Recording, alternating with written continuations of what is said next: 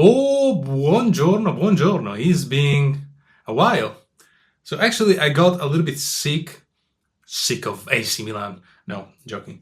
I got sick because I had this brilliant idea to go on a hike and never have done so in recent years. So I looked out for routes and stuff and I found this beginner friendly, which wasn't very beginner friendly. It was like 30 kilometers on the mountains. I could have gone like down before, but the fact that I don't want to give up kind of stuff, so I basically broke my body and I got sick. That's what I learned. I learned that I have to prepare more and maybe try to be a little bit fit. Yeah, that was a good experience, I guess. Anyway, let's talk a little bit about football. Did you watch any national games? I couldn't watch many of those. I watched Italy, and Portugal, just to take a look at our leao. I didn't watch France, so if you actually watched that game, you can let me know how Milan and I don't know if Fofana played and Theo Hernandez, how they did. But from what I saw, I want to talk a little bit about Tonali. Do you miss Tonali? I do miss Tonali. And was it a mistake to sell Tonali to Newcastle? In my opinion, yes. So there are two schools of thoughts here about the Tonali case. First is that Tonali wanted to go away. He got like that giant offer, those money that AC Milan cannot give to players. And so he pushed to go away. And then there is the other one, which is that Tonali was pushed to go away from AC Milan because AC Milan wanted this, $80 million, something like that. And I believe more the second, to be honest. Because Tonali, I think, Tonali was the one that lowered his salary when AC Milan asked him to do that. Tonali is one of the most Milanista player we had, right? Obviously, nobody could anticipate what would happen with the betting case of Tonali. So after that, you could say, well, actually, AC Milan did a good deal because Tonali didn't play for a year.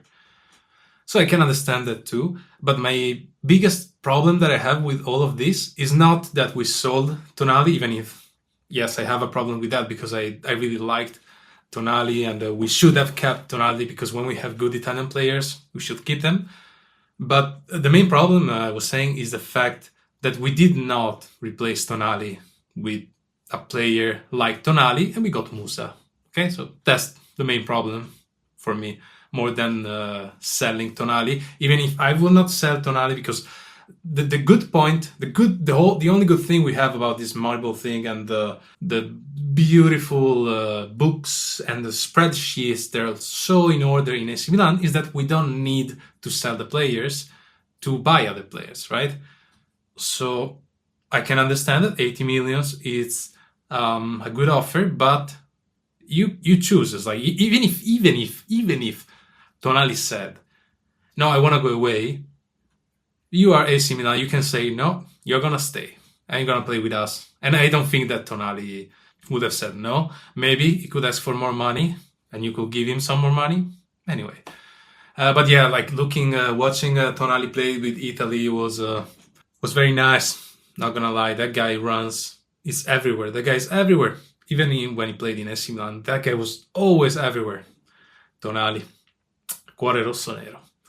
That said, let's go into Leao. Leao, which even said that in Portugal, Leao feels accepted and supported, which goes back a little bit actually on the topic of are our players protected from the management, which I talked about in the past in one of the videos about, I think, Maldini, maybe something like that. Unfortunately, Leao is a very humoral player. If he doesn't manage to do the trick that he want to do on the field, he gets depressed and then he can't play anymore. What did we see? Did we see something that different actually with Portugal? No, we didn't see a super Leao. Like we saw the usual Leao with more runs. So what happened with Portugal is that he had more freedom on the pitch to do whatever he wants, because that's Leao. Leao wants the freedom to do whatever he wants when he wants. Okay, and Leao is a very egoistic player as well, because if he doesn't score, he is not happy for the team. At least this is what I saw. Like even in the first goal, I think when he hit the post and then Ronaldo put it in. If you watch it again, Leao isn't really celebrating that much, right? He's not really happy because he didn't score mainly, right? So he's more of an egocentric player. If he has to do his own stuff, he has to be the star and everybody has to love him. But unfortunately, football is not like this. And he did some incredible runs, but those runs happens when Leao says, fuck it, I'm gonna do it by myself, with that kind of attitude. And most of those runs started from the midfield, in a way like a sort of mezzala kind of sprint, right, from box to box. And Leao is great at doing that, more than actually going into the wing side and cross, because a lot of Leao's crosses are off. He has to work on that. But when he starts from the midfield and he goes from the half space, and then he cuts into and does whatever he wants, he is the most dangerous player there. So maybe I don't know if Fonseca saw the game and will give him more freedom, but I don't think so, because Fonseca want to do his own style. So he will ask Leao to defend more. Leao, from what I saw, it does not have a great sense of position, right? Like when he presses or when he has to occupy a zone, it always looks a little bit off, like you can be there, but you should be in another place. That kind of vibe, that's what I got from the game. But after that, he said that in Portugal he feels loved and accepted, and everybody's cheering for him. So does that mean that the situation is different with AC Milan? Maybe. I think so, because our management is not a management that protects our player very much. It's not like having Maldini, that's the same thing that I was talking about in another video. I got my nose stuffed. So soon we're gonna have the game against Udinese, and Theo Hernandez is not gonna be there. I don't know if Abraham is gonna play. I don't know if Tomori is gonna play. Chukwueze, I think, is injured. Wow. We did a great campaign, we did, huh? Jesus. So Abraham is gonna get punished for the penalty against Fiorentina. Tomori the same. We're gonna have Terracciano and Emerson Royal.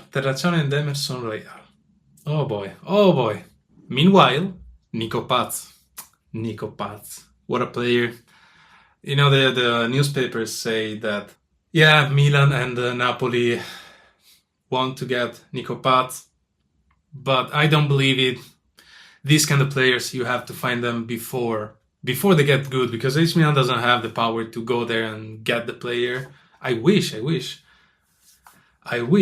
but I don't have faith, because somebody's gonna offer money to Como and the Nico Paz. That's not gonna be AC Milan, because that's the period we are living, unfortunately. So okay, you have a good one. Hopefully you are all well and fine, and I'll see you soon. Ciao.